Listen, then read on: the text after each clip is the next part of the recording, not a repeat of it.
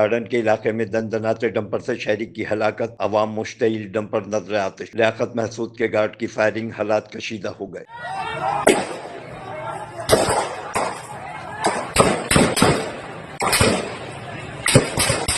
Garden Ram Swami پر dumper کی ٹکر سے شہری کے جاں بحق ہونے کے واقعے کے بعد حالات کشیدہ ہو گئے۔ مشتعل عوام نے ڈمپر کو آگ لگا دی، جس کے بعد ڈمپر ایسوسی ایشن کے صدر لیاقت محسود مسلح گارڈ کے ہمراہ موقع پر پہنچے۔ عوام لیاقت محسود کو دیکھ کر مشتعل ہو گئی اور ان کی گاڑی کے سامنے احتجاج کیا، نعرے لگائے۔ ظالموں جواب دو، ظلم کا حساب دو، کون دے گا جواب؟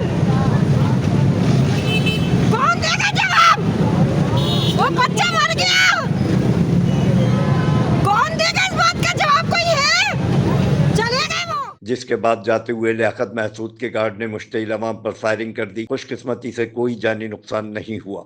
یہ دیکھیں فائر مارے آ رہے ہیں، یہ دیکھیں۔ پولیس ذرائع کے مطابق ڈرائیور کو گرفتار کر لیا گیا ہے اور اس حوالے سے پولیس واقعے کی مزید تحقیقات کر رہی ہے۔ گورنر سندھ کامران ٹیسوری نے کراچی میں سرعام اسلحے کی نمائش اور فائرنگ کے واقعے کا نوٹس لے لیا۔ گورنر سندھ نے کہا کہ شہریوں پر بندوق تاننا کسی صورت قابل قبول نہیں۔ آئی جی سندھ واقعے کا نوٹس لیں، قانون سب کے لیے برابر ہوگا تو لوگ پولیس پر اعتماد کریں گے۔ دوسری جانب لیاقت محسود نے احتجاجاً نیشنل ہائی وے بند کرنے کا اعلان کر دیا۔ جس نے گاڑی جلایا اس کا جو اپنا مدعی ہے اس نے نہیں جلایا، وہ شرف حسن نے جلایا، جو زبان بولنے کے ساتھ تعلق بھی رکھتا ہے۔ ابھی میرا عمل یہ انشاءاللہ مشورہ بھی کر دوں گا، ہم نیشنل ہائی وے بھی بند کر دوں گا۔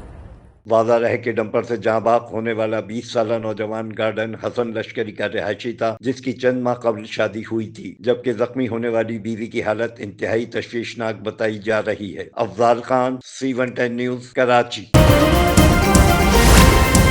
C110 نیوز، خبر کی اصل خبر۔